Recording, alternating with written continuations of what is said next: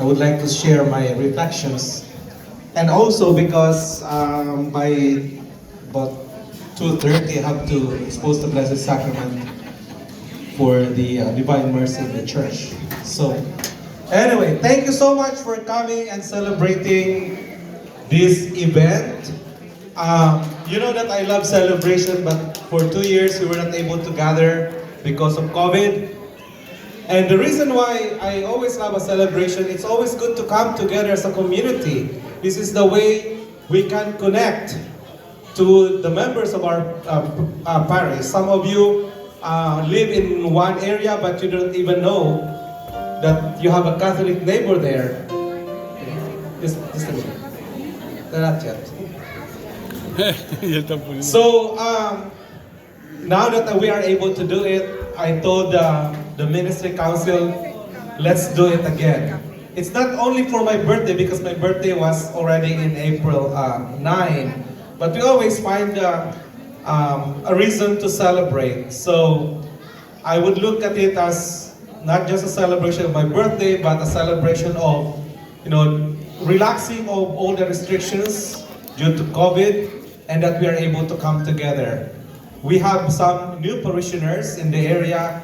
I hope some of you are here so that you'll be able to connect to some parishioners. I know one who just came and moved here. She doesn't know anyone except for for her family. Carol is here. Oh, you got by surprise, right? So Carol just moved here, and from where, Carol? From LA, but you just moved to the area. So if you are new to this parish, please raise your hand so that, good. Thank you.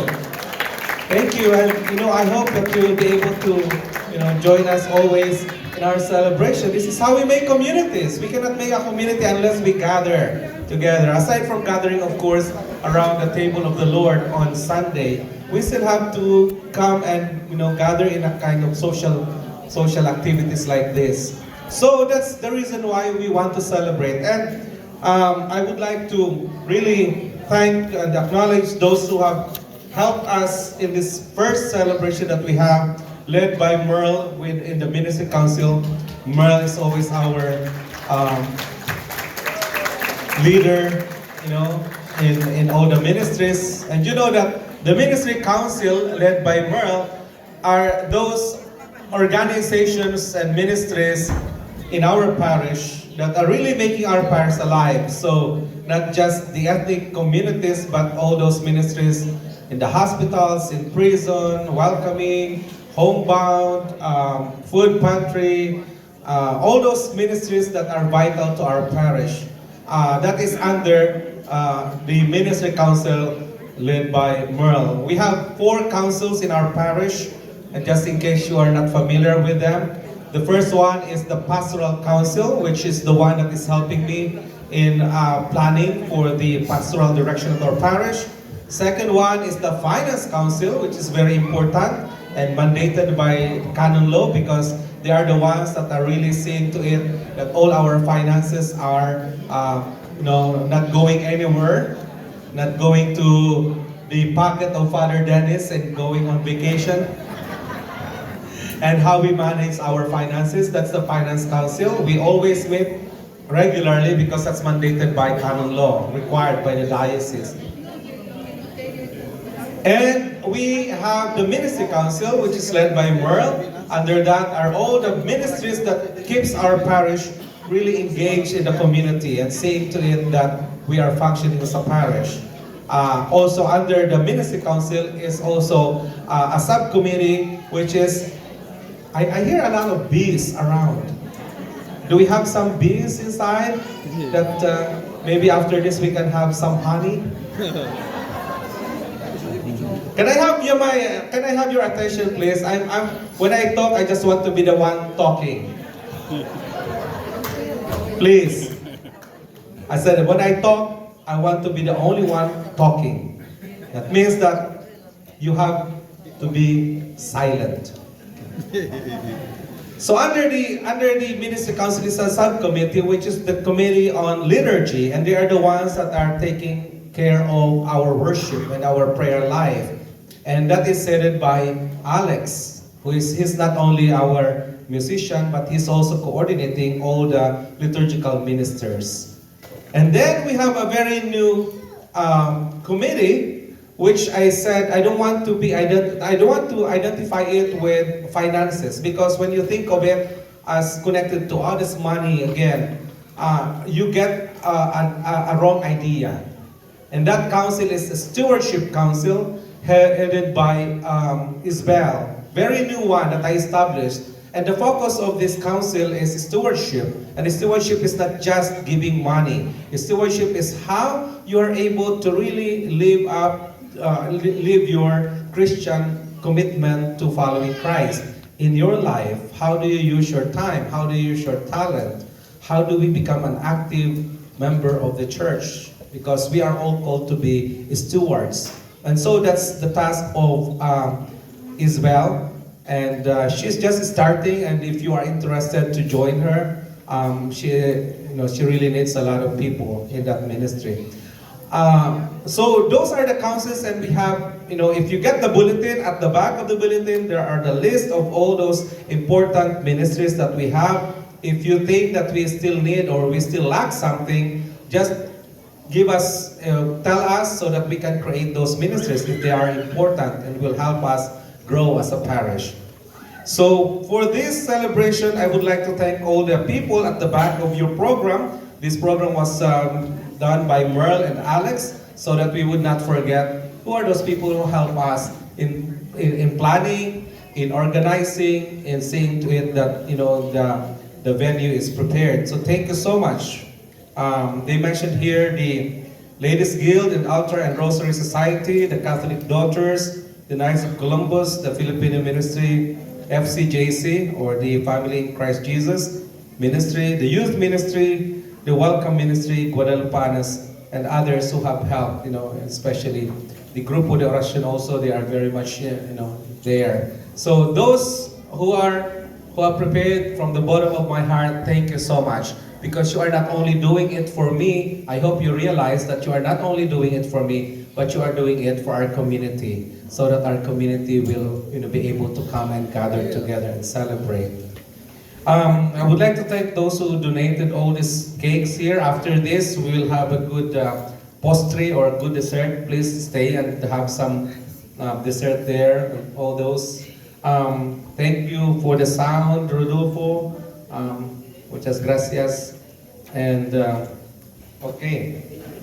And thank you very much for those from Sun Lakes, the dancers. Are they from Sun Lakes, right? Because I attended once your multicultural event there, an international event, and I saw those singing. So now we know that Merle is not only active in the hospital, not only active in the showers for the homeless, but she is also dancing. First time I was shocked. Oh, Merle was there dancing. So now, and this is the time when we get to know the other people's abilities, and skills. They are showing that in this time, and the more personal we become with the members of our community. We don't just see them in the church and praying with us, but when we gather like this, we know that there are some talents that that you are not aware of, but they are there. You discover them, right? Thank you so much from the Sun Lake groups, Sun Lakes. Next time maybe I want to see the groups from Four Seasons. That's a challenge, your child being challenged by Sun Lakes. Or maybe Sundance, or maybe Atwell, or maybe Solera, and we have to identify all these areas and tell them, well, show up, We want to see what your talents are. Anyway, so on a serious tone, some of you are asking, how old are you, Father? And I am not ashamed of telling you that I'm 55. I turned 55 this year. They said that, you are at the entrance of being a senior. No, you are not yet senior, right? I don't know. Am I a senior already? Oh wow. This is a good, yes!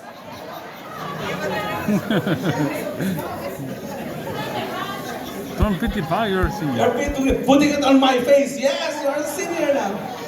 Anyway, so 55, I can enroll in a AARP, right? What else? I can live in 55 plus community. Huh? 10% sa? Oh, 10% at Ross. Well, you know what? Even if I was not yet 55 and when I bought there and they just gave me a senior discount. Anyway, so 55. 55 is for me a significant age, of course. You know that when you turn 55, right? Some of you who have turned 55. When I turned 50 5 years ago, I have three things in three wish in my bucket list, and one of that is to hike in Machu Picchu in Peru. So I was able to hike, for 3 days with my guide. We stopped and stayed overnight in some of the stations as you move forward to the top of the mountain where you can see the Machu Picchu ruins of the Incas, the ruins of the Incas in Peru. I was able to do that when I turned 50. And the other bucket list that I have is I want to climb the Harbor Bridge in Sydney, one of the most beautiful port or harbor in the world.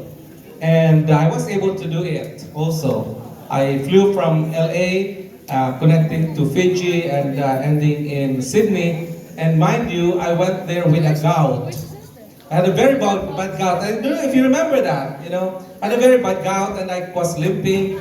And I took the plane. As you are in the high elevation, my feet got so swollen that I was not able to get off the plane. An attendant has to put me in a wheelchair and bring me to the immigration. And finally, when in Fiji, it subsided. My foot subsided. And I have to climb the bridge with the gout. So anyway, I was able to do it. The other one, oh.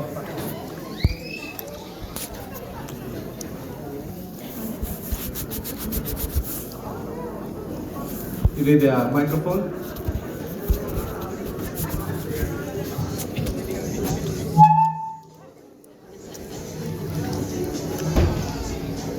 I did that in Puerto Vallarta. Crazy.